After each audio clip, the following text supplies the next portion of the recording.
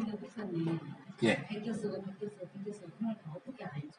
성경 사본들이 발견되었을 때. 예, 그거 뒤에서 얘기할 거예요. 좀 이따가 사본에서. 가만히 예. 가만히가 있어야 쓰고 있는데. 자, 그래서 지금 질문한 걸로 넘어갑니다. 두 번째, 16페이지 구약의 사본. 구약의 사본, 신약의 사본까지 하고 오늘 저녁 강의는 마칠 건데요. 그래서 일단 사본에 대한 내용에 들어가기 전에 책 만드는 방법부터 설명을 드릴게요. 자, 옛날에는 지금처럼 종이가 없었어요. 종이가 없었기 때문에 초기에는 뭘 썼냐면 진흙판, 그러니까 흙을 이렇게 진흙판, 찰흙 같은 거 해서 이만하게 점토판을 만들어서 이제 수메르나 아카드 쪽으로 가면 쐐기 문자라고 그래요. 이렇게 갈대 끝을 이렇게 날카롭게 잘라가지고 지금 제가 말씀드리는 거는 인터넷에 다 검색해 보시면 다 나와요. 사진으로도 나와요. 쐐기 문자 이렇게 찾으시면 이렇게 화살표 같이 화살촉 같은 모양으로 된 글자가 있어요. 그래 이제 이렇게 콕 찍어가지고 새기기가 편하니까 그런 쐐기 문자 같은 경우로 점토판에다가 새겨서 그걸 구우면 단단해지잖아요. 그래서 그걸 이제 고고하게서 발굴되는 수메르나 아카드의 이제 도서관 같은 거 발굴이 돼요. 그럼 거긴 가면 이런 책이 아니고 그런 점토판들이 쫙 있어요. 이제 그런 것들이 있었고 이제 이쪽 가나안 땅 쪽으로 오면 이집트 쪽에서는 파피루스,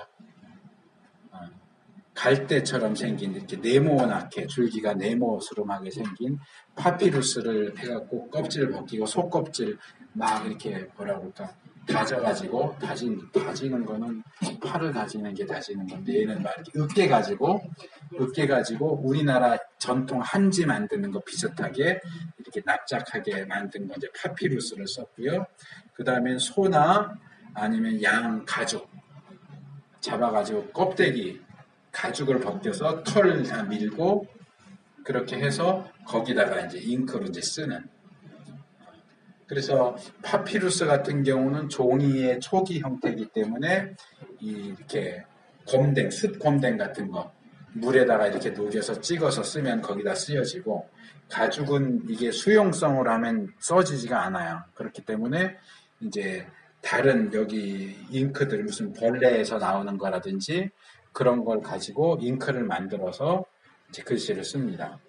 그래서 이제 종이는 파피루스나 또는 양피지, 우피지 뭐 이런 이제 피지가 가죽 피에다가 종이 지자에서 이제 가죽종이라는 거죠. 가죽종이로 이제 쓰고 이제 숯검댕이라든지 그 외에 다른 쓸 수 있는 잉크 종류를 만들어서 기록을 했고 그것을 책으로 만들 때는 형태로 크게 둘로 나눠집니다. 하나는 두루마리 형태입니다. 두루마리 뭔지 아시죠? 이렇게 길게 해가지고 끝에 나무 막대기 같은 거 끼워서 두루두루 마는 거. 그러니까 구약의 옛날 형태는 그런 두루마리 형태입니다. 그리고 또 하나는 코덱스라는 게 있습니다. 코덱스는 우리 책하고 아주 비슷해요. 그러니까 얇은 종이를 쭉 쌓아가지고 가운데를 꾹 눌러갖고 접는 겁니다. 그럼 책하고 비슷한 형태가 되겠죠. 두루마리로 하면 한쪽 면밖에 쓸 수가 없어요. 뒷면에다 못 쓰죠. 이렇게 보는 이 앞쪽에만 글씨를 쓰는데 코덱스는 앞뒤를 다 쓸 수가 있어요. 그러니까 책의 분량도 훨씬 줄어들고 그러겠죠. 그래서 두루마리가 좀 더 오래된 형태의 책의 형태고 코덱스가 비교적 최근 형태의 책의 형태입니다. 그래서 두루마리 형태와 코덱스 형태 두 가지의 책의 형태가 있었는데 그러다 보니까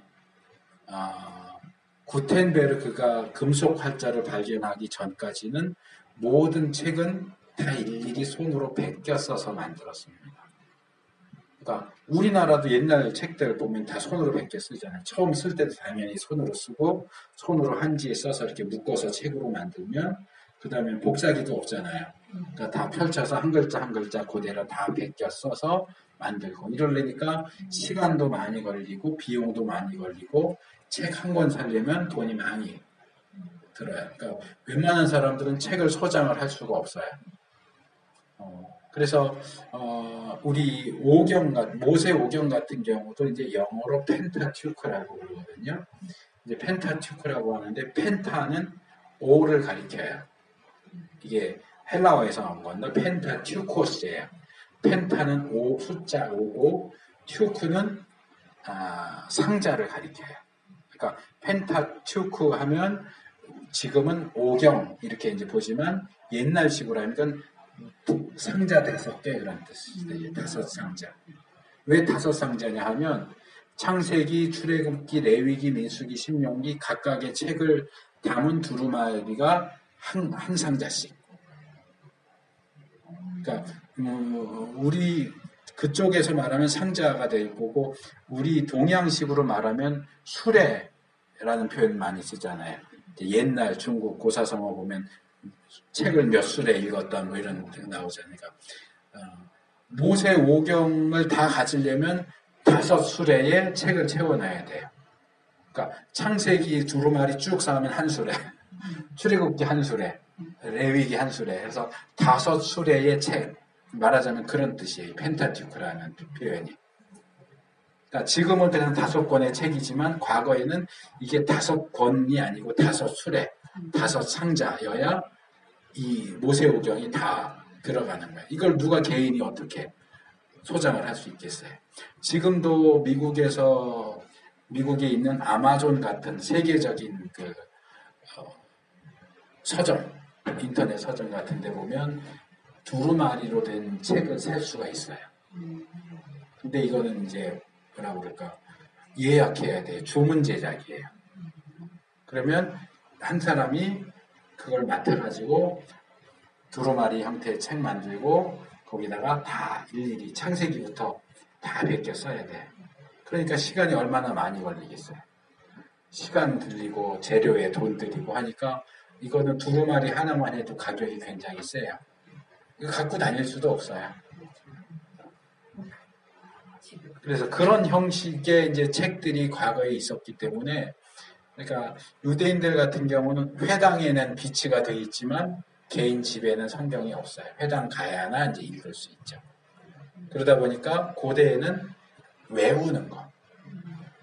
그러니까 우리나라도 옛날에는 외웠잖아요. 사서삼경 이런 거 외우잖아요. 그것처럼 지금 전통적인 정통 유대인들은 대부분 시편 같은 경우 다 외워요. 150편을 다.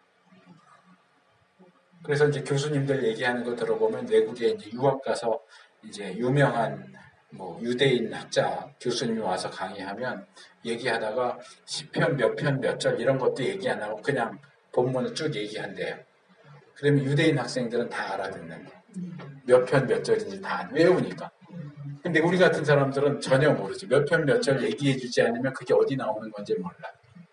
그러니까 참 저는 되게 부럽다고 생각을 하는데 어려서부터 시편을 이렇게 계속 반복해서 하니까 그냥 달달달달 외우는 거예요. 그리고 이제 고대의 유대인들도 성경을 그렇게 외웠어요. 그래서 이게 글씨로 써서 문서로 이렇게 내려오기 전에는 대부분 외웠을 거라고. 그리고 이 사람들이 외우는 내용은 오늘날 우리와는 달리 상당히 정확하게 외웠을 거라고 봐요. 그래서 이렇게 외우고 쓰고 하는 그 전달 과정이 굉장히 우리가 생각하는 것보다 훨씬 더 정확성을 보여주는 것을 볼 수 있습니다.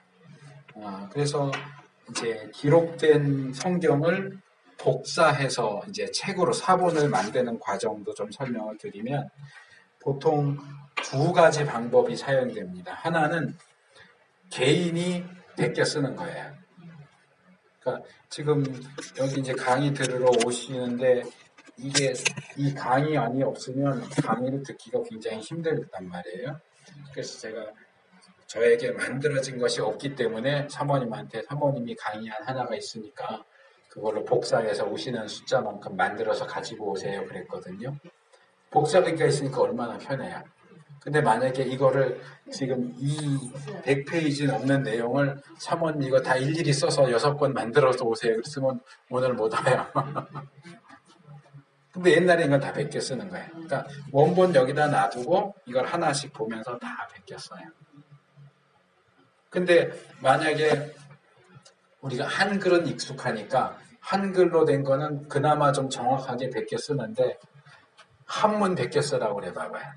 한문이나 라틴어로 된 거, 영어, 불어로 된 거.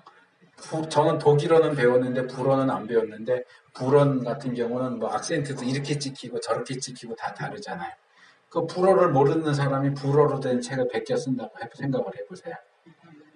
얼마나 정확하게 베껴질까요?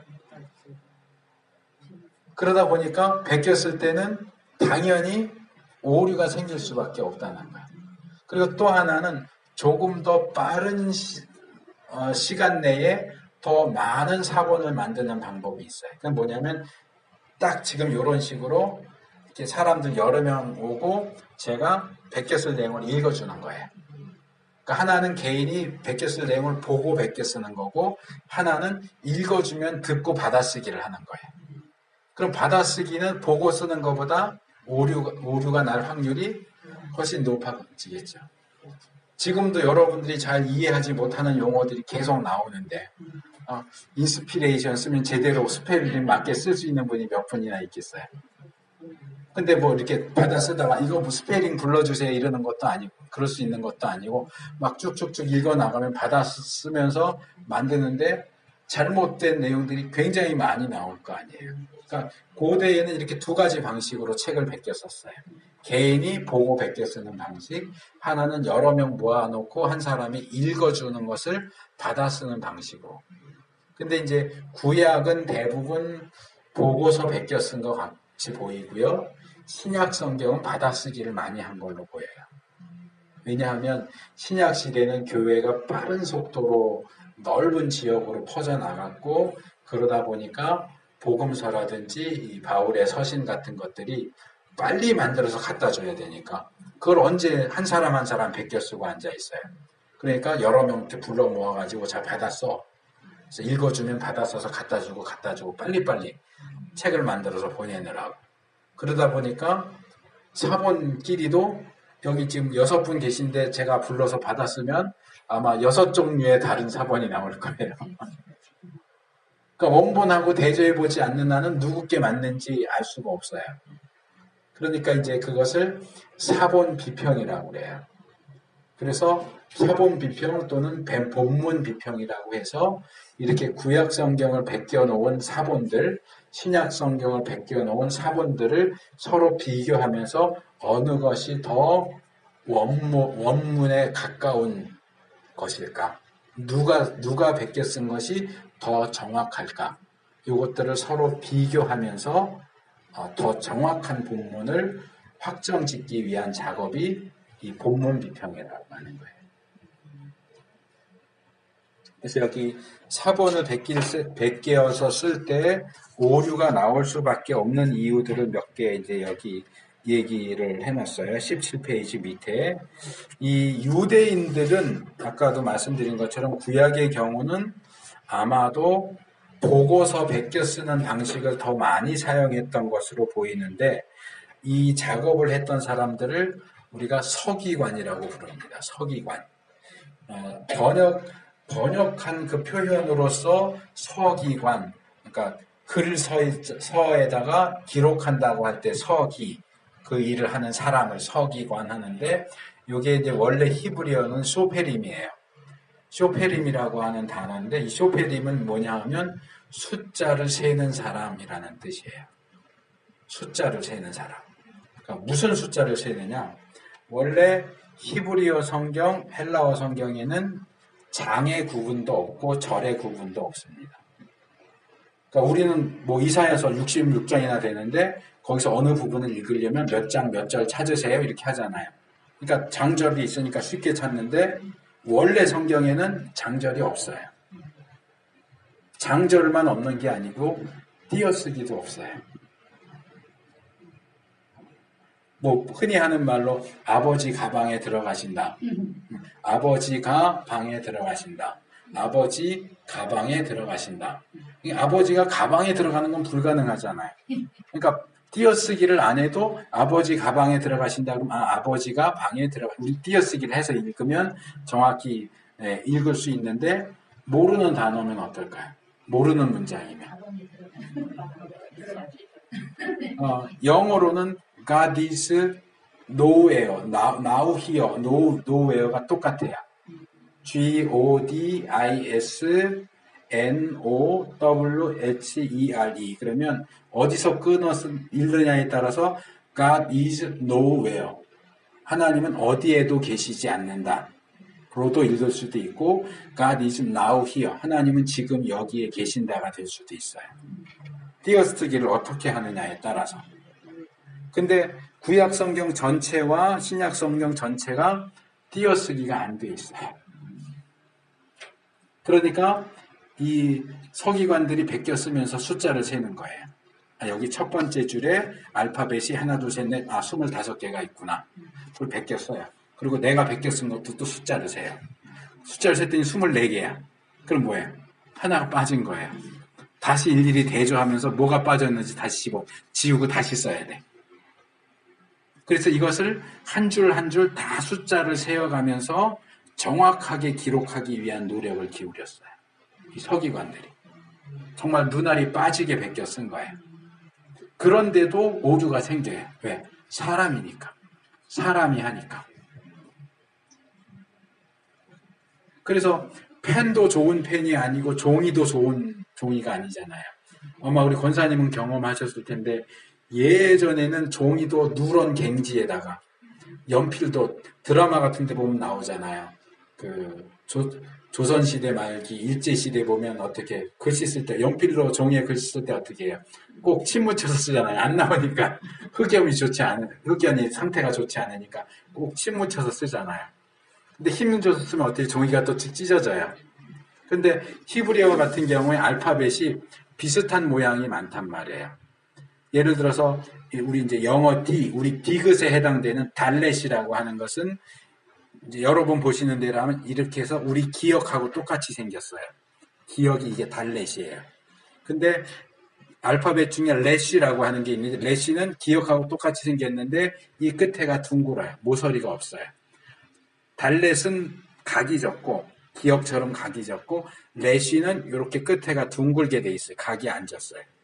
근데 렛시를 쓰다가 연필이 찍 나갔네? 그럼 렛시가 달렛이 되는 거예요. 달렛을 쓰려고 그랬는데 이렇게 미끄러져 갖고 렛시가 됐네? 이러면 다른 단어가 돼요.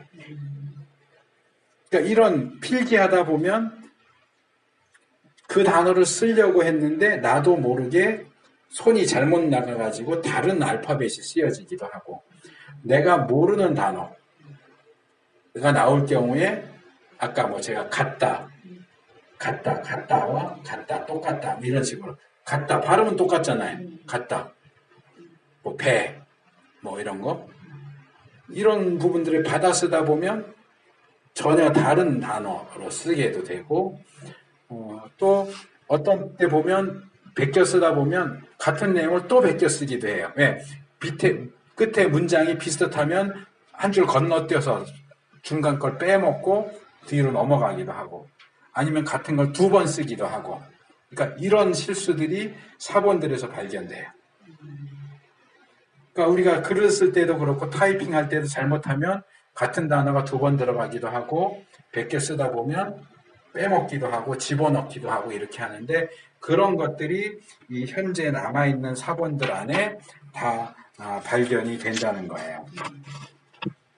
그래서 구약의 경우 이제 이 본문 비평을 하면서 이 남아있는 그 사본들을 비교하면서 원본은 남아있지 않지만 어떻게 최고로 원본에 가까운 본문을 결정을 할 것인가 하는 그런 작업을 하는데 그 작업을 하기 위해서는 굉장히 힘들고 고된 과정을 거치게 됩니다. 그래서 우리 교재 18페이지 보시면 구약 사본에서 본문 비평 단계라는 게 있습니다. 그래서 본문 비평은 이런 과정을 거칩니다. 첫째는 현재 이 지구상에 존재하는 모든 사본들, 구약 성경을 베껴 쓴 걸로 보이는 어떤 책들, 조각난 조그만 파편들, 또는 번역된 내용들, 또는 인용된 내용들, 뭐 예를 들어서 우리 교회 같은 경우도 뭐 일반 성도분들은 잘 모르겠지만 목사님들이 사용하는 책 가운데는 뭐 예를 들어서 예배 예식서 그런 이제 문서들이 있어요. 그러니까 뭐 성찬식 할 때 이렇게 보고 할 수 있도록 나온 조그만 책이 있어요. 그럼 거기 보면 뭐 고린도전서에 뭐 이 떡은 나의 몸이니 뭐 이런 식으로 나오거든요. 그러니까 성경은 아닌데 성경 구절이 중간중간에 들어가 있는 책들이 있어요. 그러니까 그런 책들도 다 모아요. 그러면서 본문, 예를 들어서 창세기 1장 1절을 한다. 그럼 1장 1절 베낀 사본 다 모으고 1장 1절 번역한 거 다 모으고 그 다음에 다른 책들의 창세기 1장 1절이 들어가 있는 내용 다 모으고 이걸 다 대조를 하는 거예요. 그래서 비슷한 것들은 또 비슷한 것들끼리 분류하고 대조하고 어느 것이 먼저고 어느 것이 나중일까? 어느 것이 더 권위 있는 것이고 어느 것이 믿을 수 없는 것인가? 어느 것이 원래 있는 그대로 베껴 쓴 것이고 어느 것이 베껴 쓴 사람이 자기가 내용을 더 첨가한 것일까? 이런 것들을 다 따져보는 거예요. 그래서 그렇게 따지면서 어느 본문이 어느 사본이 어느 본문에 대한 어느 사본이 가장 정확한 것일까를 결정을 해요. 그래서 그 본문을 다 모아가지고 창세기부터 말라기 마지막 장 마지막 절까지의 본문을 다시 다 말하자면 짜집기해서 모으는 거예요. 이제 그렇게 모아도 또 중간중간에 또 발견되는 사본들도 있고 본문들도 있기 때문에 여전히 연구는 계속되고 있어요.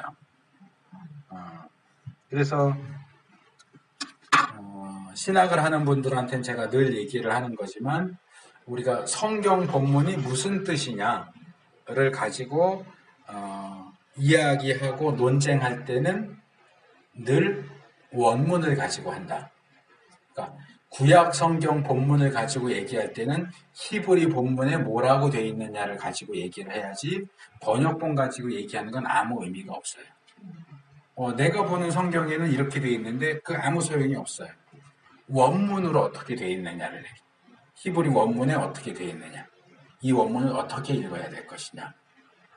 그래서 우리가 지금 세계적으로 공통적으로 사용하는 히브리 성경을 마소라 텍스트라고 그래요. 줄여서 MT라고 그래요.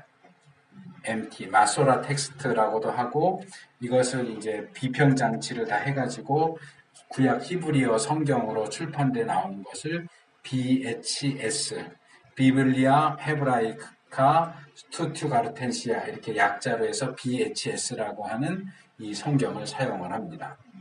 그게 이것이 세계에서 공통적으로 구약을 연구할 때 사용하는 히브리어 본문이에요. 그래서 이 본문을 왜 마소라 텍스트라고 부르느냐 하면 이 학자들 중세 시대에 마소라 학자라는 사람들이 있어요. 유대인들이에요. 이 마소라 학자들이 자기 때까지 내려온 모든 사본들을 취합해서 기준이 되는 본문을 만들었어요.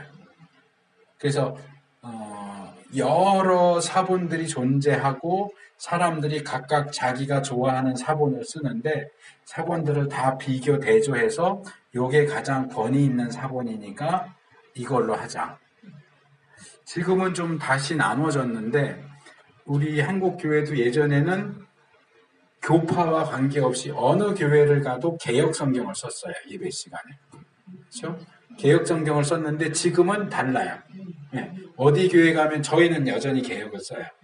어디는 개역을 쓰고 어디는 개정을 쓰고 어디는 표준 세번역 쓰고 저기 온누리 교회는 우리말 성경 쓰고 네. 불안노에서 나온 온누리 교회는 우리말 성경 써요. 네. 그렇게 다 달라졌단 말이에요. 그러니까 지금 번역에 있어서도 차이가 나고 단어도 다르게 돼 있고 그러다 보니까 내가 보는 성경에는 이런데 네가 보는 성경은 왜 그러냐 이렇게 이제 아웅다웅하게 되는데 이제 그거랑 비슷한 거죠. 이렇게 서로 자기들이 선호하는 번역본들을 보다 보니까 같은 교회인데도 이 교회가 다르고 저 교회가 다르고 이 교단이 다르고 저 교단이 다르니까 우리가 원래 개혁을 성경은 하다 보니까 개혁을 썼지만 찬송가 같은 경우도 많이 있잖아요.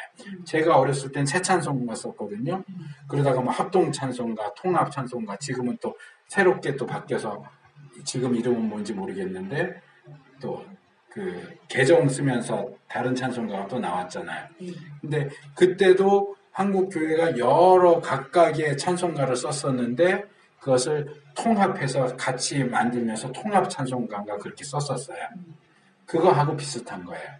그러니까 구약 히브리어로 된 본문이 여러 종류의 사본들이 있는데 각각 자기가 좋아하는 사본을 사용을 했는데 이 마소라 학자들이 전체를 다 모아가지고 대조해 보니까 이게 가장 정확해. 이게 가장 권위 있는 사본이야. 그러니까 어느 교회든지 어느 유대인이든지 어느 회당에서든지 이것을 기본 성경으로 삼아라 해서 기준으로 삼은 게 이 마소라 텍스트예요. 근데 이 마소라 텍스트의 문제점은 뭐냐 하면 중세 시대에 만들어졌다는 거예요. 그러니까 모세만 놓고 봐도 약 BC 1300년 내지는 1500년을 보거든요. 그럼 중세면은 1000년 정도, AD 1000년 정도로 보면 처음 모세가 모세오경을 기록했을 때부터 하면 약 2000년 이상의 차이가 나는 거예요. 처음으로 창세기가 기록된 그 시기로부터 2000년 이상 이후에 만들어진 히브리 성경이에요. 그럼 이게 아까 제가 말 읽기 이렇게 쭉 전달하면 끝에 가서 엉뚱한 소리 하는 것처럼 1000년을 거쳐서 내려왔는데 2000년 뒤에 만들어진 본문이 2000년 전에 만들어졌던 그 본문과 과연 얼마나 비슷하겠느냐, 얼마나 많이 달라졌겠느냐 하는 문제가 생기는 거죠. 근데도 어쩔 수 없었던 게 그 당시까지만 해도 발견된 사본들 중에 가장 오래된 게 다 중세시대에 만들어진 거였어요. 유대인들, 특별히 아셀 가문, 12지파 중에서 아셀 있죠. 아셀 가문이 이 성경 본문을 만드는 데 있어서 가장 중요한 역할을 한 사람들입니다. 그래서 19페이지 뒤로 넘어가면 중요한 구약 사본들이 있는데 지금 제가 설명한 게 마소라 사본, 마소라 본문입니다. 이 마소라 학자들이 이 기준으로 삼아서 만든 마소라 텍스트가 있고요. 이 마소라 텍스트도 몇 가지가 그 중간에 들어가 있어요. 20페이지 보시면 굵은 글씨로 되어 있는 코덱스 카이렌시스라고 하는 게 있고요. 그 다음에 알레포 코덱스라는 게 있고요. 그 다음에 코덱스 레닌그라덴시스라고 하는 게 있어요. 이제 마소라 사본은 이렇게 크게 세 종류가 있는데 현재 세계적으로 사용되는 마소라 텍스트는 코덱스 레닌그라덴시스를 가지고 만든 겁니다. 정확성은 그 본문의 정확성은 코덱스 카이렌시스나 알레포 코덱스가 더 정확하다고 알려져 있는데도 불구하고 덜 정확한 코덱스 레닌그라덴시스라고 하는 사본에 근거해서 히브리 성경이 만들어졌어요. 왜냐하면 더 정확하긴 한데 이 코덱스 카이렌시스나 알레포 코덱스는 구약 전체가 다 있지가 않았어요. 그러니까 정확해도 예를 들어서 모세오경만 있다. 그러면 어떻게 나머지는 어떻게? 모세오경은 그걸로 써도 나머지 본문은 뭘 갖고 하겠어요? 근데 이 코덱스 레닌그라덴시스는 조금 덜 정확하긴 하지만 구약 성경 전체가 다 보존되어 있었기 때문에 어쩔 수 없이 이 레닌그라덴시스라고 하는 사본을 가지고 마소라 텍스트를 만든 거죠. 근데 이제 나중에 이 코덱스 알레포 코덱스가 잃어버려졌던 걸 다 찾았어요. 그래서 예루살렘 히브리 대학교에서 이 알레포 코덱스로 만든 히브리 성경을 출판을 했어요. 이게 이제 제루살렘 크라운, 예루살렘 면류관이라고 하는 이름으로 이스라엘에서 발간이 됐고 저도 거기 주문해서 책을 하나 가지고 있어요. 근데 뭐 크게 차이가 나는 것 같지는 않아요. 현존에 우리가 사용하던 이 마소라 텍스트하고 많이 차이가 나지는 않아요. 그리고 그걸 일일이 대조해서 어떤 부분에서 차이가 나는지를 연구한 책은 아직 나오지는 않았어요. 그래서 이 코덱스 레닌그라덴시스를 기준으로 해서 만들어진 것이 BHK라고 하는 성경이 있고 이 BHK를 수정해서 만든 게 아까 말씀드린 BHS라고 하는 거 있습니다. 그래서 지금 현재 구약학회에서 사용하는 텍스트가 마소라 텍스트, 더 정확히 말하면 BHS고요. 그 다음에 이제 나온 게 아까 말씀드린 예루살렘 히브리 대학에서 만든 제루살렘 크라운이라고 하는 성경이 나왔는데 이게 공용으로 사용될지 어떨지는 아직 알 수가 없어요. 그리고 보다 최근에 나오는 게 BHQ라고 하는 게 있어요. 비블리아 헤브라이카 퀸타라고 하는데 이 퀸타라는 오를 가리켜요. 이거 이제 라틴어예요. 아까 펜타튜크 할 때 펜타는 헬라어로 오고 펜타도 오고 퀸타도 오예요. 퀸타는 라틴어예요. 라틴어. 그래서 BHS의 5번째 개정판. 그래서 BHQ라고 하는 게 나오고 있는데 이것은 책별로 나오고 있어요. 구약 전체가 한꺼번에 나오는 게 아니고 사무엘 상하, 그럼 사무엘 상하만 해가지고 본문하고 또 설명, 사본학적인 설명이 나와서 이렇게 책으로 이렇게 한 권씩, 두 권씩 이렇게 나오는데 이제 구약 전체가 다 나오면 아마 BHQ 해가지고 그것이 한 권의 책으로 나오게 될 거고 아마도 BHQ가 다 나오면 BHS에서 BHQ로 넘어가게 되지 않을까. 개역을 쓰다가 개정으로 넘어간 것처럼 BHS 쓰다가 BHQ로 넘어갈 것 같은데 아직은 BHQ가 다 나오지는 않았어요. 예, 진행 중인 거예요. 그래서 아직까지는 이 BHS는 나온 지가 좀 됐지만 아직까지는 구약학에서는 BHS를 기본 텍스트로 삼고 있습니다. 히브리어 그 성경이랑 지금 우리가 쓰고 있는 그 성경이랑 많이 차이가 나요. 그거는 이제 번역본에서 다룰 문제인데요. 기본적으로 두 가지 계열이 있어요. 그러니까 우리 한글 성경도 그렇고 영어 성경도 그렇고 이제 구약 성경 같은 경우에 구약 성경은 히브리어로 되어 있는 성경도 있고요. 이제 BC 한 150년경쯤에 알렉산드리아라는 곳에서 그 히브리어로 된 성경을 헬라어로 번역한 게 있어요. 그것을 70인경이라고 불러요. 70인경인데 신약 시대에는 히브리 성경을 보지 않고 헬라어 성경을 봤어요. 왜냐하면 그 당시에는 이미 히브리어가 죽어버렸어요. 사어가 됐어요. 그래서 바벨론 포로 70년 있다가 돌아온 사람들도 히브리어로 된 성경을 읽을 줄도 몰랐고 읽어줘도 무슨 말인지 몰라요. 그 사람들은 아람어가 모국어가 돼버렸어요. 그래서 느헤미야서 끝에 나오면 에스라가 성경 읽어주고 해설해주고 하는 장면이 나온단 말이에요. 초막절에서. 그때 히브리어로 된 성경을 읽어주고 서기관들이나 이런 사람들이 그걸 아람어로 번역을 하고 설명을 해줘요. 그래서 이제 아람어 번역 성경도 나오지만 이제 신약 시대로 넘어오면서는 세계 공용어가 헬라어가 되고 유대인들이 모국어로는 아람어를 쓰면서 헬라어도 어느 정도 사용을 했기 때문에 마치 필리핀 사람들이 자기들 따갈로그어 쓰면서 영어도 많이 하잖아요. 그래서 영어 연수하러 필리핀도 많이 가잖아요. 그것처럼 그 당시 신약시대 유대인들도 기본적으로는 아람어를 쓰면서 헬라어도 썼단 말이에요.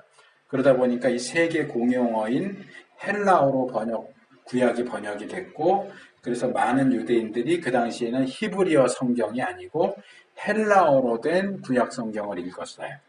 근데 이제 번역이 됐기 때문에 헬라어 성경은 히브리 성경하고 또 다를 수밖에 번역이 됐으니까. 번역은 어쩔 수 없이 차이를 가져올 수밖에 없거든요. 예. 그러다 보니까 이 영어 성경도 그렇고 한글 성경도 그렇고 히브리어 성경에서 번역을 했느냐 헬라어 성경에서 번역을 했느냐에 따라 달라져요. 그러니까 번역하면서 달라지는 부분도 있지만 어느 텍스트를 가지고 번역했느냐에서 따라 달라요. 그래서 우리가 사용하는 개역 성경이나 개정 성경은 히브리어 성경을 기본으로 해서 번역을 한 성경이고요. 공동 번역 성경이나 세번역 성경, 표준 세번역 성경은 70인경을 텍스트를 해서 번역했어요. 그래서 번역본에 있어서 차이가 나요. 예를 들어서 창세기 4장에 보면 가인과 아벨이 제사 드리는 장면이 나오고 하나님이 아벨의 제사는 받아들이시고 가인의 제사는 받아들이지 않았어요. 가인이 막 화가 나죠. 그래서 하나님이 가인을 책망하시죠. 네가 선을 행했다면 왜 얼굴을 들지 못하냐? 너 죄를 다스려라. 그렇죠? 그 끝에 가서 무슨 얘기가 나오냐면 가인이 아벨에게 고한지라 이렇게 돼 있어요. 우리 개역 성경에는. 그러니까 가인이 아벨한테 무슨 얘기를 했는지는 안 나와요. 그냥 가인이 아벨에게 말했다. 그렇게 나오고 그 다음 절로 나아가면 가인과 아벨이 들에 있을 때 가인이 아벨에게 달려들어서 죽입니다. 그런데 공동번역 성경이나 세번역을 보면 다르게 돼 있어요. 본문. 그 가인이 아벨에게 고한지라가 어떻게 돼 있냐면 가인이 아벨에게 우리 들로 나가자라고 말했다 이렇게 돼 있어요. 그럼 얘기가 달라져요. 개역 성경에서는 가인이 아벨에게 뭘 얘기했는지는 몰라요. 그리고 얘기가 끝나요. 그리고 어떤 상황인지 알 수 없는데 가인과 아벨이 들판에 같이 있었고 그런데 그 상황에서 가인이 아벨을 죽인 걸로 되고요. 근데 공동 번역이나 표준 세 번역을 보면 가인이 아벨을 들판으로 유인한 거예요. 가인이 아벨한테 야 우리 들에 나가자. 그래서 같이 나간 상황에서 그러니까 고의적인 살인을 한 거죠. 개역 성경에 의하면 우발적인 살인의 가능성이 있어요. 그런데 공동 번역이나 표준 세 번역이 번역에 의하면 계획적인 살인이 돼요. 들에 나가자 하고 유인을 해서 죽인 거예요. 그럼 왜 번역의 차이가 나느냐? 히브리 성경에는 우리 들로 나가자가 없어요. 그러니까 없으니까 히브리 성경 있는 그대로 그냥 가인이 아벨에게 고한지라 이렇게 돼 있고 70인역 성경에는 우리 들로 나가자가 있어요. 그러니까 70인경을 번역한 성경에는 우리 들로 나가자라고 말했다가 그렇게 번역이 되는 거예요. 그러니까 번역에 있어서의 차이는 기본적으로 올 수밖에 없지만 어느 텍스트를 번역했느냐에 따라 내용이 달라져요. 이제 이것은 제가 고대 번역을 얘기할 때 70인경에 대해서 더 말씀을 드릴 거기 때문에 그때 가서 이제 말씀을 드리겠습니다. 그러니까 우리 한글 성경도 히브리 성경에서 번역했느냐, 헬라어 성경에서 번역했느냐, 또는 이제 더 초기 번역은 중국어 성경에서 번역한 것. 영어 성경 가운데도 히브리 성경, 헬라어 성경에서 번역한 것도 있는가 하면 라틴어 성경에서 번역한 것도 있어요. 그런 식으로 이제 텍스트가 다를 때는 본문 자체가 차이가 날 수밖에 없겠죠. 예. 그래서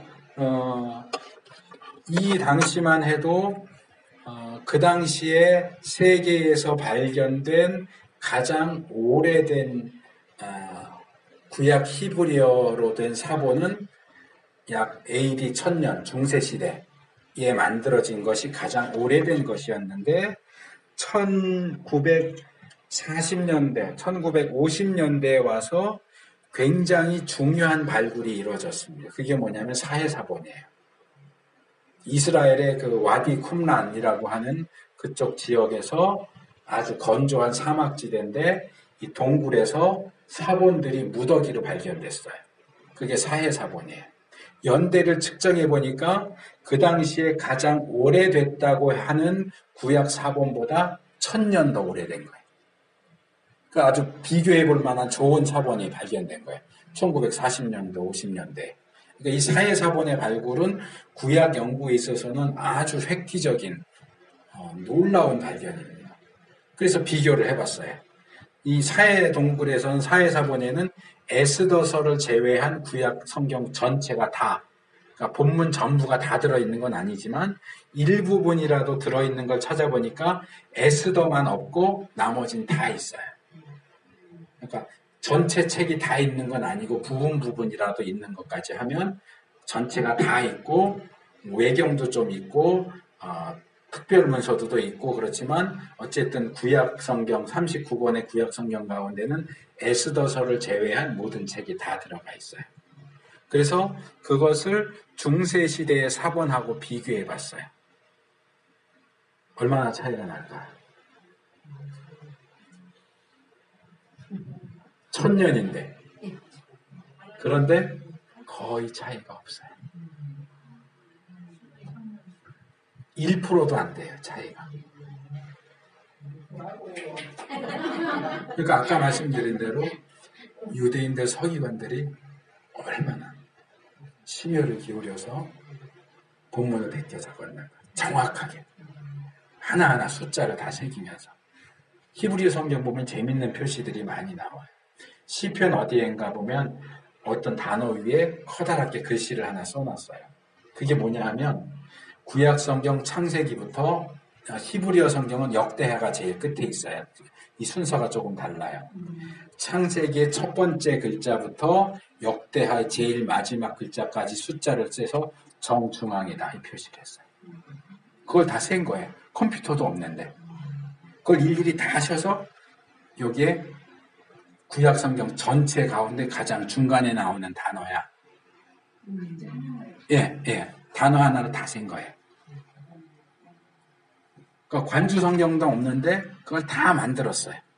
이 같은 표현이 어디에도 나오고 어디에도 나오고 어디에도 나오고 이걸 다 수작업을 한 거예요. 그러니까 컴퓨터 지금 뭐 박사라고 하는 사람들도 사실 다 컴퓨터 프로그램 가지고 하거든요.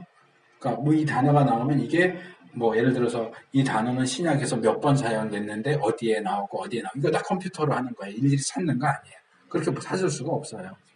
근데 유대인들 서기관들은 그 작업을 했어요. 수작업으로 다. 아주 대단한 거죠. 그러니까 1000년이 지났어도 이 사본의 내용에 있어서 거의 차이가 없다는 얘기는 이 중세시대에 만들어진 이 사본이 거의 아주 초기에 만들어진 사본들과 큰 차이가 없다는 것을 증명해 보여준다. 지금 내가 이 성경도 우리가 별로 없었다고 믿고 봐야 되겠네요. 기본적으로는요. 예. 근데 이제 번역본은 또 다른 문제가 돼요. 번역을 얼마나 잘했느냐. 그래서 성경 번역본 선택도 잘 하셔야 돼요. 근데 우리 개역 성경은 상당히 번역이 잘 된 것인 거는 분명해요. 이제 용어 자체가 좀 옛날 용어들이 많이 나와서 그렇지 번역은 상당히 잘 된 번역이에요. 예. 예, 개역 성경이요. 자꾸 갈수록 이게 성경이 자꾸 바뀌어요. 예, 바뀌는 거는 그건 어쩔 수 없는 부분이고 이제 필연적인 부분이에요. 용어가 달라지니까 우리가 사용하는 언어가 달라지니까. 예를 들면 개역 성경은 좀 옛날에 만들어진 거라서 한문 표현이 많이 나오잖아요. 그러니까 뭐 신약 사도행전에도 뭐 바울이 파산해가지고 어디 갔는데 뭐 거기 항구에서 과동하는 게 뭔가요?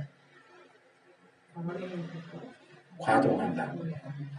겨울을 지낸다고요. 겨울동. 겨울 동안은 거기 있다가 간다. 이걸 과동한다. 그거는 지금 어른들도 모르잖아요. 한문 표현인데. 그럼 요즘 젊은 애들이 알겠어요? 자기 이름도 한문으로 못 쓰는 애들이?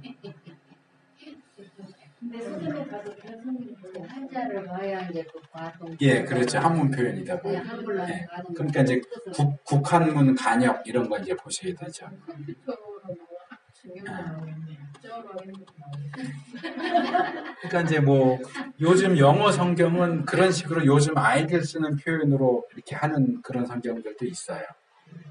근데 이제 성경 같지 않아 보이는 거죠. 성경 잡지처럼 나오는 성경도 있고요. 청소년들을 위해서. 근데 이제 너무 위하면 안 돼요. 너무 위에서 거기에 맞춰주다 보면 지켜져야 하는 선이 너무 이렇게 무너져 버리기 때문에 그런 건 좀 조심할 필요가 있죠. 그리고 이제 카이로 게니자 파편이라는 것도 있고, 요거는 이제 이집트 카이로에서 발견된 유대인 회당의 창고예요. 게니자는. 이 게니자는 뭐냐 하면 사용한 지 오래돼서 더 이상 쓸 수 없을 정도로 낡아진 성경. 낡아진 성경을 어떻게 쓰레기통에 버릴 수도 없잖아요. 하나님 말씀인데. 그래서 뭐 예전에 우리 이제 어른들은 그 이제 모아서 태우기도 하고, 뭐 교회적으로는 모아서 성소공회에 보낸다고 그러기도 하고, 성소공회에서는 어떻게 하는지 모르겠지만 뭐 그랬는데, 이제 유대인들은 그것을 이 창고에다 그냥 놔둬요. 저절로 삭아서 없어지도록 이렇게 놔뒀는데, 이게 거기에 그런 게 있는지 몰랐는데 공사를 하던 과정에서 이 게니자 창고를 발견을 한 거예요. 창고 문을 열어보니까 사가가는, 뭐 거기에 놔뒀다고 해서 완전히 한꺼번에 다 삭는 건 아니니까 사가가고 있는 사본들을 발견을 한 거예요. 그래서 이제 그것도 이제 이 본문 비평하는 데 많이 사용이 됐고, 그 외에 이제 사마리아 사람들은 자기들도 성경을 가지고 있는데, 이 사람들은 사마리아 사람들 신약에 주로 나오잖아요. 이 사마리아 사람들은 모세 오경만 성경으로 인정을 해요. 왜냐하면 이 북이스라엘이 망하면서 이 이주 정책을 통해서 사마리아 사람들이 혼혈로 생기잖아요. 그러니까 자기들의 그 어떤 나쁜 역사를 기록하고 있는 역사서부터는 인정을 안 하고, 그런 역사가 나오기 이전에 모세 오경만 자기들의 성경으로 인정을 해요.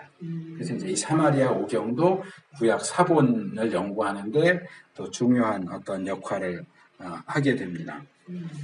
그래서 여기 23페이지 밑에 보시면, 여긴 구약 본문에 이렇게 했는데 구약만이 아니고 신약도 마찬가지입니다. 이 본문 비평의 일반적인 방법론적 원리들, 이거는 좀 알아두시면 좋을 것 같아요. 그래서 뭐 물론 여러분들이 이 작업을 하시진 않겠지만, 이렇게 사본들이 다를 때, 서로 다를 때 어느 게 더 옳고 어느 게 더 정확한 것인가를 결정하는 기준들이 있어요. 이제 그게 여기 몇 가지 나오는데, 첫째로 1차적으로 고려해야 할 기초 본문은 마소라 본문이다. 이제 MT 또는 BHS가 가장 기본적인 텍스트다. 그러니까 아까 말씀드렸던 것처럼 뭐 우리 들로 나가자, 마소라 본문엔 들로 나가자가 없어요. 70인경엔 들로 나가자가 있어요. 어느 게 더 옳을까요? 이럴 경우에 마소라 텍스트 손을 들어준다는 거예요. 없는 게 더 들어가 있으니까 70인경이 더 좋지 않을까? 그렇지 않고, 그렇게 차이가 날 때는 가장 우선권, 가장 손을 먼저 들어줘야 되는 것은 마소라 본문이다. 이게 이제 기본 원리고요. 두 번째로는 그 차이를 잘 설명해주는 본문이 원래의 것이다. 더 정확한 것이다. 이건 이제 지금 예를 들어서 설명하기가 좀 복잡한데, 그냥 뭐 그 정도로 이해하시면 되고, 그 다음에 짧은 본문이 원래의 것이다. 왜냐하면 이렇게 읽었는데 이해가 안 되면 자꾸 뭔가를 덧붙여요. 저도 이렇게 설명하는데 이해를 딱딱 찰떡같이 말해서 찰떡같이 알아들으면 제가 지금 이렇게 길게 안 하고 벌써 끝냈을 거예요. 근데 잘 못 알아듣는 것 같으니까 제가 길게 덧붙인단 말이에요. 그러니까 베껴 쓰다가 이해가 안 되면 어떤 사람들은 거기다 자기 설명을 집어넣어요. 그러면 집어넣으면 길어지잖아요. 그러니까 긴 것보다는 짧은 게 원래 거라는 거예요. 줄 이렇게 베껴 쓰면서 줄이기보다는 늘리는 게 기본적인 성향이에요. 어려운 것을 더 짧게 만들면 더 어려워지기 때문에 짧은 것이 오히려 원래 거고, 설명이 들어가고 길어진 게 나중 거다. 그러니까 원래 것은 짧은 게 원래 거다. 그리고 더 어려운 게 원래 거다. 어려운 게 원래 거다. 왜냐하면 쉬운 거는 그만큼 쉽게 손을 본 걸 거고, 어려운 것 그대로 남아있다면 비교했을 때 어려운 게 있고 쉬운 게 있으면 누구 손을 들어준다고요? 어려운 거. 짧은 거. 어려운 거. 그리고 비슷한 건데, 비슷한 구절들과 조화를 이루거나 동화되지 않는 것이 더 원래의 것이다. 왜냐하면 공간복음에서 내용들이 비슷비슷하단 말이에요. 그러니까 뭐 대개 나라와 권세와 영광이 아버지께 영원히 있사옵나이다. 어떤 사본에는 나라와 권세와 영광이 없어요. 주님 가르쳐준 기도에. 아까 제가 그냥 넘어갔지만 이 앞에 어디 설명 보면 그 내용이 나옵니다. 17페이지 사본상 오류의 이유들 거기 보시면 그 부분에 대한 설명이 나오는데 여기하고 비교해 보니까 같은 내용인데 여기에는 있고 저기에는 없어요. 그러면 베끼다가 없는 부분에다가 저기 있는 걸 이쪽으로 베껴서 집어넣을 가능성이 있어요. 그러니까 비슷하게 만드는 거죠. 그러니까 비슷하지 않은 것은 손이 적게 간 거다. 비슷한 건 손을 더 대서 뭔가 작업을 한 거다. 그러니까 짧은 거, 어려운 거, 비슷하지 않은 거. 이런 것들이 원래의 본문이다. 그러니까 이것은 이 사본들을 가지고 대조하고 비교하는 연구를 한 사본 비평 학자들이 그 오랜 기간 연구를 하면서 내린 결론을 여기서 제가 소개를 한 거예요. 그래서 뭐 우리가 이걸 써먹을 일은 거의 없겠지만 뭐 이런 것도 있다 정도는 이제 알아두시면 좋겠고요. 이제 신약의 사본, 예? 요건 저도 피곤해요. 그래서 요건 제가 짧게 하고 넘어갈 거예요. 안 그러면 너무 계속 이어지니까. 네. 자, 신약 사본들에서는 페이지 넘어가서 26페이지에 있는 것만 말씀드릴게요. 자, 중요한 사본들이 있는데 이게 비교적 늦게 발견됐어요. 늦게 발견된 것들이 크게 3개 정도인데 신해산 사본. 이건 신해산 중턱에 있는 캐더린 수도원에서 발견된 건데 1859년도에 발견됐어요. 그 다음에 바티칸 사본. 이건 바티칸 도서관에 있었던 것이 19세기에 새롭게 발견됐어요. 거기다 도서관에 넣어놓기는 1481년도에 넣어놨는데 아무도 관심을 갖지 않다가 이 바티칸 도서관에는 아직도 공개되지 않은 굉장히 많은 자료가 있습니다. 이 로마 카톨릭에서 이걸 공개를 안 하고 있어요. 연구, 독점하는 거죠. 발견된 지 얼마 안 됐네요. 발견된 지 얼마 안 됐네요. 신약 시작이 AD 1년이잖아요. 교회가 시작된 게 AD 30년이고 성경이 쓰여지기 시작한 게 최대한 빠른 게 AD 60년에서 90년을 잡는단 말이에요. 신약 예수님이 오시는 그렇죠. 교회가 생겨난 이후의 일이니까. 예. 일부러 지금 놔둔다 그런다고. 그러니까 로마 카톨릭에서는 세계에 있는 그런 중요한 자료들을 자기들이 독점하고 공개를 하질 않아요. 공개하면 곤란한 게 있는지 어떤지 사회사본 같은 경우도 다수가 거기 들어가 있는데 아직도 공개가 안 돼서 연구를 할 수가 없어요. 자기들만 가지고 있고 공개를 해야 보고 뭐 연구를 할 거 아니에요. 근데 어떤 이유에선지 이 카톨릭에서 그 많은 자료들을 공개를 안 하고 있어요. 네. 뭐 그런 것도 하나의 이유가 될 수 있을 거고요. 그거는 뭐 공개를 하고 말고 이미 다 틀린 거라는 게 다 드러나 있는 상태이기 때문에 뭐 이런 거죠.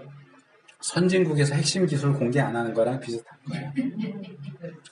시어머니가 맛의 비결을 며느리한테 안 가르쳐 주는 거하고 비슷한 거예요. 그 다음에 알렉산드리아 사본이라고 하는 이 세 개가 신약 사본 중에서는 가장 중요한 사본입니다. 그래서 신약 성경은 사본이 상당히 많아요. 굉장히 독특한 게 그 오른쪽 페이지 보시면 통계라고 해서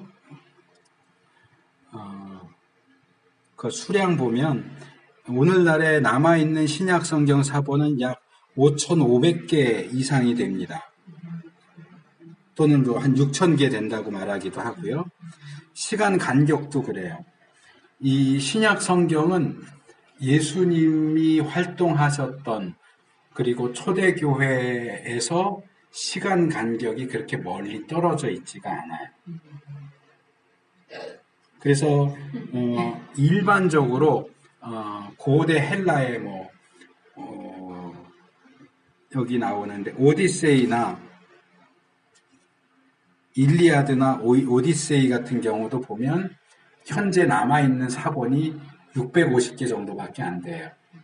그 사람들이 그렇게 많이 읽는 소위 말하는 그리스 로마 신화라고 하는 그런 것과 관련된 사본들이 많아야 600개, 뭐 300개 이런데 신약 성경은 6,000개 정도가 되니까 엄청나게 많은 거죠. 그리고 불경 같은 경우도 부처가 살아있었던 시대로부터 부처의 가르침을 적은 불경이 기록되는 것과의 그 시간적인 간격이 1000년 정도 돼요.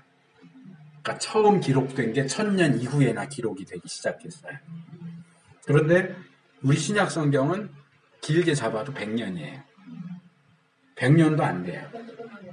예. 그러니까 그만큼 정확성이 높다고 말할 수 있는 거죠. 근데 이제 아까 말씀드린 것처럼 신약 성경은 교회가 빠르게 성장하고 이 성경에 대한 수요가 많다 보니까 이걸 빨리 많이 만들기 위해서 아까 말씀드린 것처럼 받아쓰기 식으로 사본을 많이 만들다 보니까 이 사본들 간의 차이, 오류도 굉장히 많아요. 구약하고는 좀 달라요. 네. 그래서 이제 이것도 주요한 것만 간추려서 말씀을 드릴게요. 자야 되니까.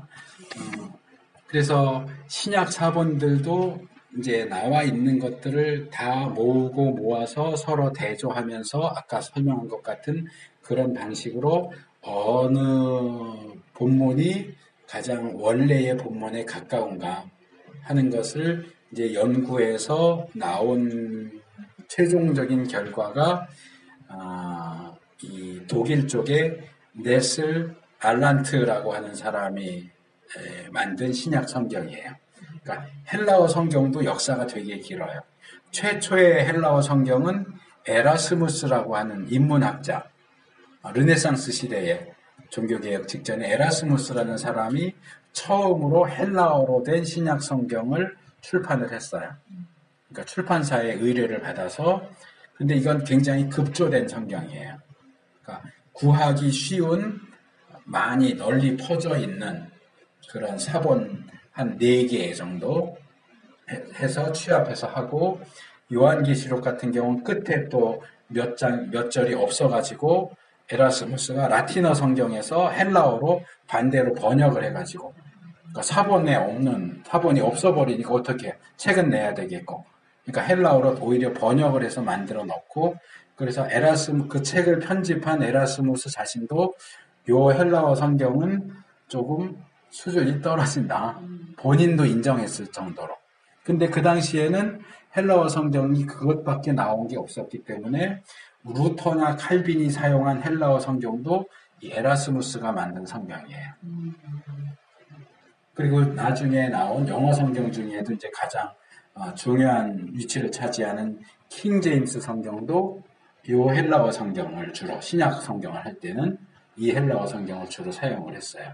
근데 그 헬라어 성경이나 또는 킹 제임스 성경이 만들어질 당시에는 아까 제가 얘기한 시내산 사본, 바티콘 사본, 알렉산드리아 사본이 발견되지 않았을 때예요.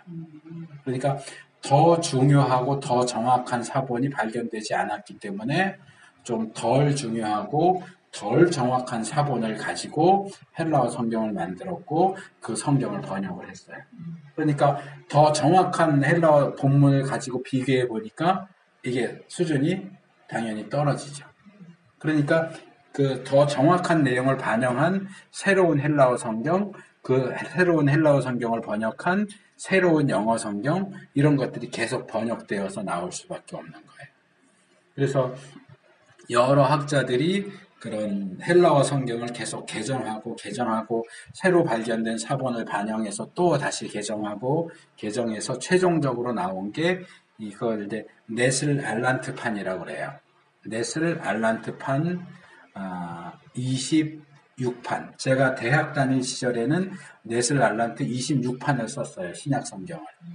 그리고 제가 대학원 다닐 때는 네슬 알란트 27판 다시 개정해서 27판을 써서 이제 구약 성경은 아까 말씀드린 대로 마소라 텍스트 MT 또는 BHS가 공인된 구약 히브리어 성경이고 신약 성경 공인된 헬라어 신약 성경은 네슬 알란트판 27판입니다.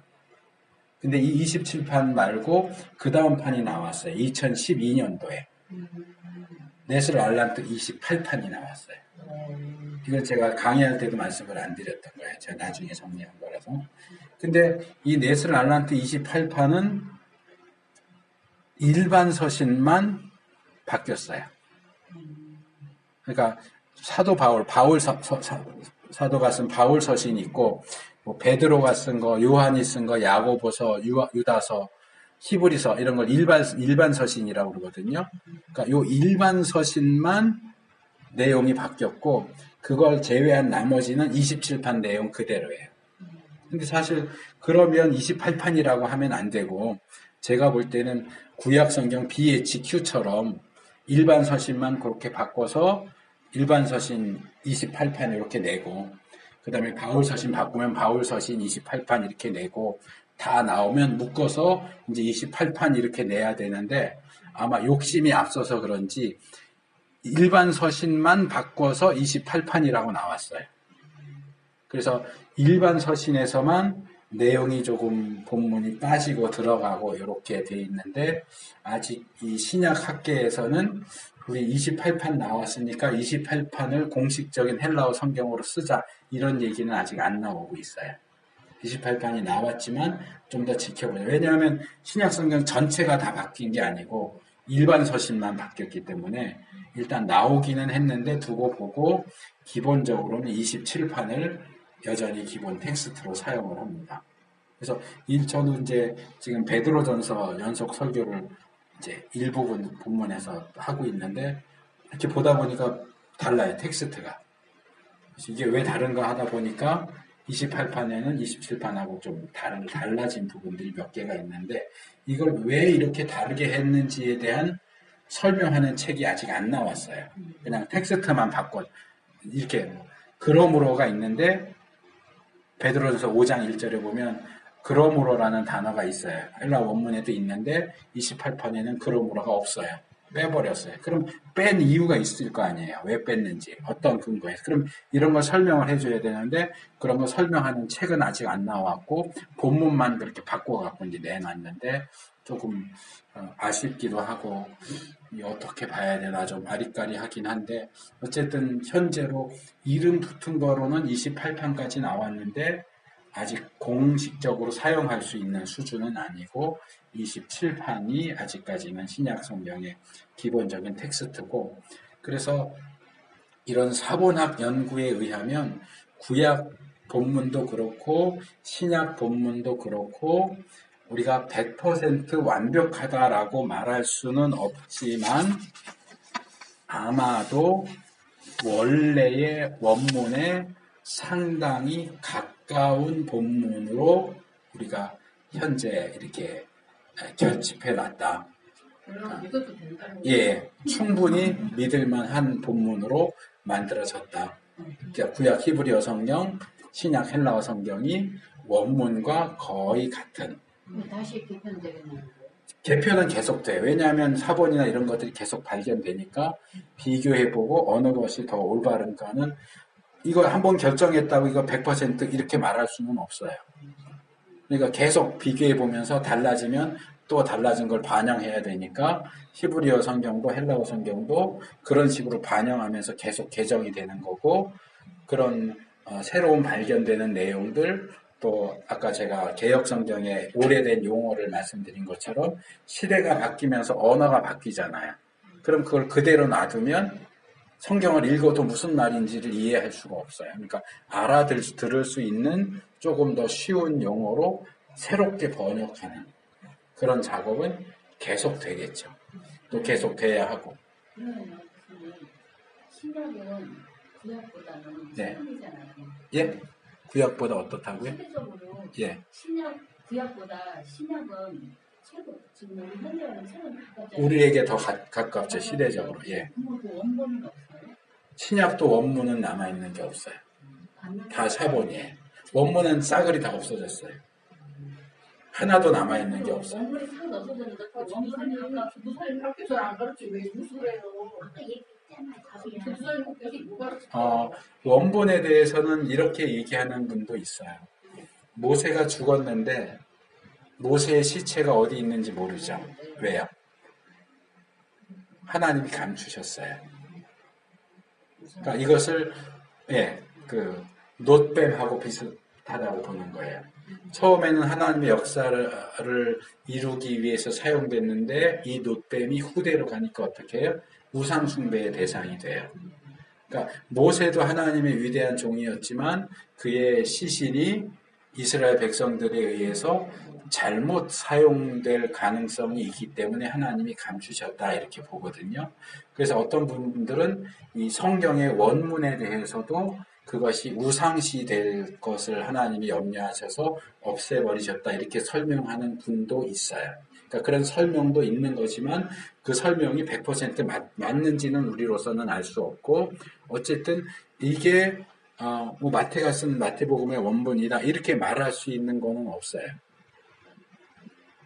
모르겠어요. 지금 현재 남아있는 사본 중에서 혹시라도 마태가 쓴 원본이 조각 나가지고 전수해져서 내려온 것이 있을지는 모르겠지만 우리로서는 확인할 길이 없고 이게 이제 신학을 하는데 역사학에 있어서도 그렇고 신학에 있어서도 문제인데 이제 특별히 구약의 역사서를 다룰 때 많이 나오는 문제거든요. 이 역사의 문제를 다룰 때 미니멀리즘이라고 하는 게 있어요. 이제 여자들 옷 중에도 미니멀 룩이라고 하는 게 있잖아요. 옷을 최소한으로 입는 거예요. 입어야 될 거 다 안 입고 최소한으로 입는 것처럼 역사도 미니멀리즘이라고 하는 것은 입증된 최소한의 것만 믿겠다는 거예요.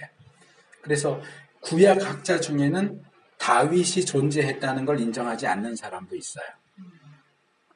왜? 다윗과 관련된 고고학적인 자료가 발굴된 게 하나도 없어. 솔로몬의 경우는 구리광산 같은 게 발굴됐기 때문에 솔로몬부터는 인정을 하는데 다윗과 관련된 고고학적인 발굴은 하나도 나오지 않았기 때문에 다윗 왕국이 존재했는지 안 했는지 알 수가 없다. 이렇게 주장을 했어요. 근데 이제 비교적 최근에 다윗 이름이 새겨져 있는 고고학적 발굴물이 나왔어요.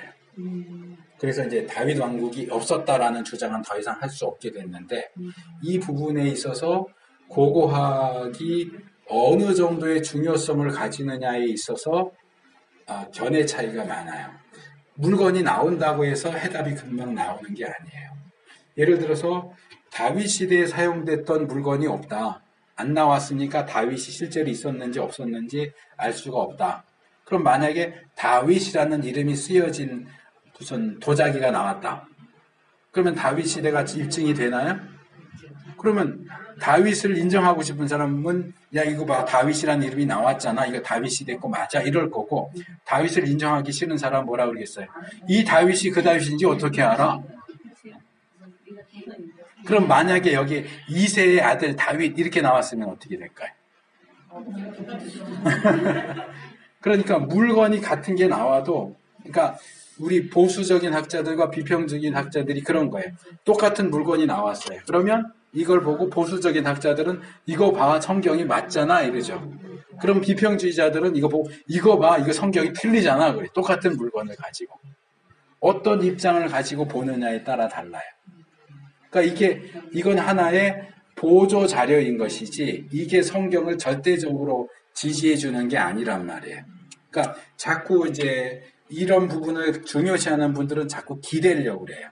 고고학에도 기대려고 그러고 창조과학에도 기대려고 하는데 창조과학에서든지 고고학에서든지 성경을 지지하는 내용들이 나온다면 그런 것도 있어. 이 정도로만 봐야지 그게 있으니까 성경이 진짜야. 이렇게 말하면 안 돼요.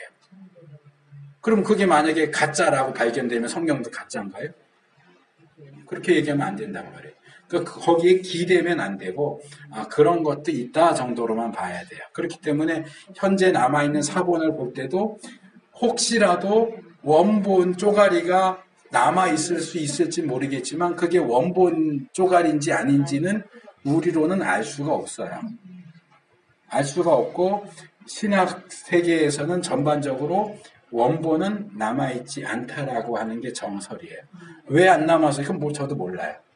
근데 원본은 더 이상 존재하지 않는다라고 하는 것이 기본적인 입장입니다. 우선 지금 막 교회마다 다른 성경을 쓰잖아요. 예. 그러면은 이 교회 다니다가 저 교회 다니려 그러면 성경이 안 맞아서 잘 안 옮기잖아요. 예. 안 옮길 수도 있잖아요. 예. 그걸 좀 노릴 수도 있잖아요. 그걸 노린다는 건 누가 노리는 걸까요? 예전에 성경을 이거 못하게 목사님. 하도 이렇게 옮겼으니까 우리 싸니까 제가 볼 때는 그런 의도는 그렇게 크진 않은 것 같아요. 예. 이제 교단에서 볼 때 이 번역을 우리가 수용할 수 있을 만큼 괜찮게 번역이 됐다라고 하면 수용을 하는 거고, 이제 저희 예전 합동 같은 경우는 표준세 번역 나왔을 때 수용을 안 했단 말이에요. 그러니까 우리가 인정할 수 없다. 그래서 번역을 안 했고, 지금 표준 세 번역이 4번까지 개정이 됐지만, 개정되기 전에 처음 번역본도 우리는 이거 좋아 하는 교단도 있었단 말이에요. 그것이 단순히 교인들 오고 가는 것을 막기 위한 그런 거라고 보이진 않고 자기들의 어떤 신학적인 입장이나 이런 거 볼 때 이 번역은 우리가 충분히 수용할 만하다. 근데 기존 것은 너무 오래돼서 사용하기 어렵고 어쨌든 바꿔야 하는데 요 정도면 우리가 수용할 수 있어. 그럼 이제 받아들이는 거고 이거는 우리가 받아들일 수 없어. 너무 이상해. 하면 이제 안 받아들이고 하는 그런 부분에서 이제 이 부분은 한글 번역 다룰 때 제가 다루겠지만 사실은 성소공회의 책임이 굉장히 커요. 그렇게 된 것은. 그리고 지금 교단별로 쓰는 성경이 다른 거예요? 아니면 각자 그냥 목사님들 쓰고 싶은 식으로 쓰는 거예요? 기본적으로 교단별의 차이도 있고 그게 강제적인 것이 아니기 때문에 교단 안에서도 교회별로도 차이가 있는 것 같아요. 예.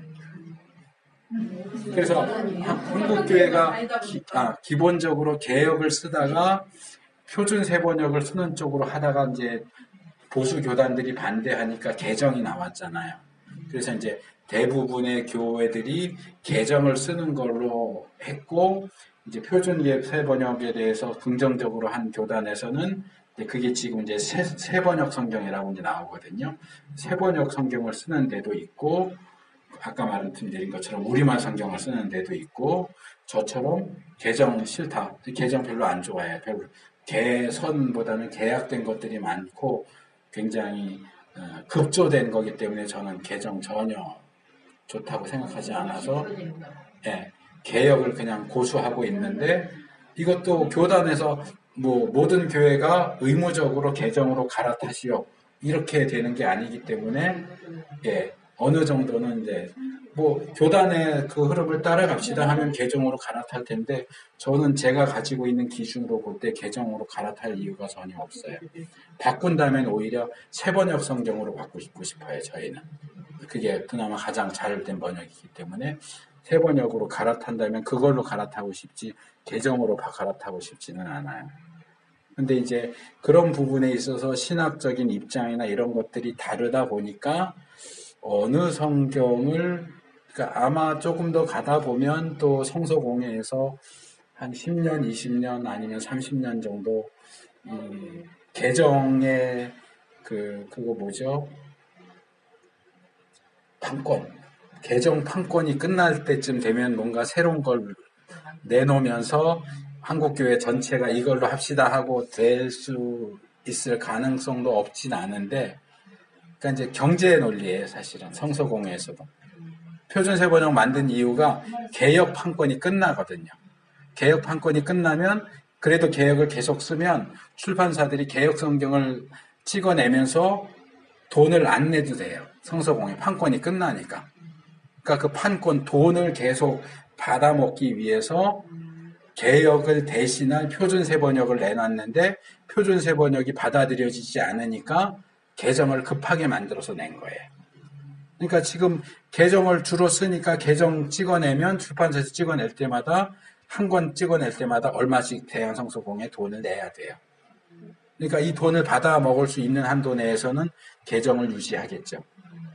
이제 개정의 판권이 끝날 때쯤 되면 또 뭔가 준비해서 새로운 걸 만들 가능성이 있죠. 그러면 또 어떻게 번역을 잘하고 보수와 비평, 진보와 이렇게 좀 잘 얘기가 되면 예전 개혁처럼 한국교회는 이걸 전체 공용 성경으로 쓴다 하고 이렇게 갈 가능성도 전혀 없지는 않지만 일단은 저는 교회마다 이렇게 다른 성경을 쓰는 것에 대해서 그렇게 나쁘게 보지는 않아요. 영어권 교회들은 거기도 교회마다 달라요. 어디는 킹제임스 쓰고 어디는 NIV 쓰고 이런 식으로 교회마다 이제 달라요. 예. 또 이 여러 번역본들이 나오는 것은 우리가 이해하기 어려운 본문을 볼 때 그것들 서로 이제 대조하면서 비교해 보면서 어느 게 더 정확한 번역이겠는가 하는 것을 찾아가는데 말하자면 참고서가 더 많아지는 거기 때문에 좋긴 해요. 그렇지만 이제 가급적이면 가장 잘된 번역 성경을 선택해서 보는 게 좋겠죠. 그래서 저는 이제 나중에도 말씀드리겠지만 우리 한글 성경 중에서는 쉬운 성경이나 새번역 성경이 가장 번역이 잘 됐어요.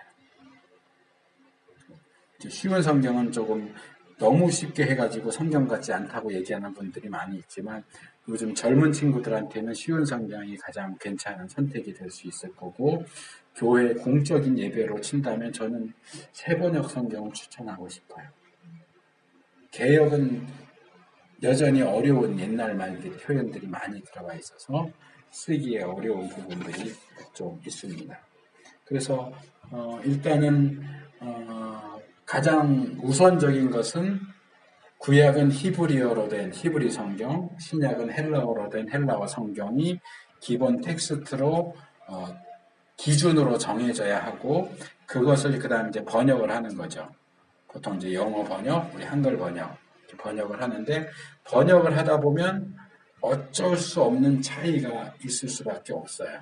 언어가 다르고 사상이 다르기 때문에 그래서 이제 번역하는 사람들 속에서는 무슨 얘기를 하냐면 번역은 반역이다 이렇게 얘기를 해요. 번역은 반역이다. 그러니까 이런 거예요.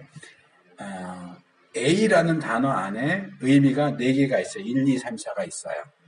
그러면 A라는 단어를 한글로 기역으로 번역을 하면 A에 있는 1, 2, 3, 4 4개의 의미가 다 따라오느냐? 그렇지가 않아요. 그 중에 절반 정도만 와요. 1, 2가 오고 기역에 들어있는 5, 6이 들어가 버려요. 그러니까 절반만 오는 거고 절반은 여기 원래에는 없던 내용이 들어가요. 근데 우리가 그 없던 내용 들어간 것을 이 단어의 의미라고 주장을 하면 전혀 성경 해석이 틀려져 버리는 거죠. 그렇기 때문에 번역에는 그 번역이라는 행위 자체 안에 이렇게 비껴나갈 조금 잘못된 방향으로 갈 수밖에 없는 그 태생적인 그 문제가 있어요. 그러니까 영어를 잘해서 영어로 말해도 알아들으면 그냥 좋은데 그걸 한국어로 바꿔서 말하면 그게 생생하게 오질 않죠. 그러니까 외국 사람이 와서 우리 한글로 말하는 걸 들으면 못 알아듣잖아요. 그걸 영어로 바꿔서 표현하면 안 살잖아요. 우리 한국말만의 그 독특한 그런 거. 네. 그렇죠. 그 제가 기억하는 중학교 때인가 고등학교 때 배웠던 그 이승훈 씨가 쓴 시, 승무, 그 한 구절을 곱게 깎은 머리는 파르라니 뭐 그런 표현을 어떻게 영어로 표현을 해요? 그 영어로 표현이 안 되거든요. 그거는 한국어를 배워서 들어야 그 의미가 오지. 그러니까 마찬가지. 히브리어로 된 걸 한글로 번역한 걸 들으면 그 의미가 안 와요. 헬라어로 된 걸 번역된 한글로만 봐갖고는 의미가 안 와요. 최대한 비슷하게는 하죠. 비슷하게는 하지만 똑같지는 않아요. 그리고 우리 한글 성경은 번역할 때 많은 부분들을 빼먹어요. 그러니까 예를 들면 정관사 같은 거 번역 안 해요. 잘. 그 표현도 지금 제가 베드로전서 5장 1절에서 4절까지를 지금 이번 주 주일날 5번째 설교를 하는데 거기 보면 5장 3절 4절에 보면 그 교회 장로들에게 권면을 하면서 억지로 하지 말고 뭐라 그랬더라? 부득이함으로 하지 말고 하나님의 뜻을 따라 자원함으로 하고 또 뭐로 하지 말고 더러운 일을 위하여 하지 말고 또 하나는 주장하는 자세로 하지 말고 그래서 보면 우리 개역성경은 다 말고 이렇게 번역을 했어요. 근데 헬라어 원문을 보면 3개가 다 다른 표현이에요. 첫 번째 말고는 매해서 금지, 하지 마라, 매. 두 번째 표현은 매대 이렇게 돼 있어요.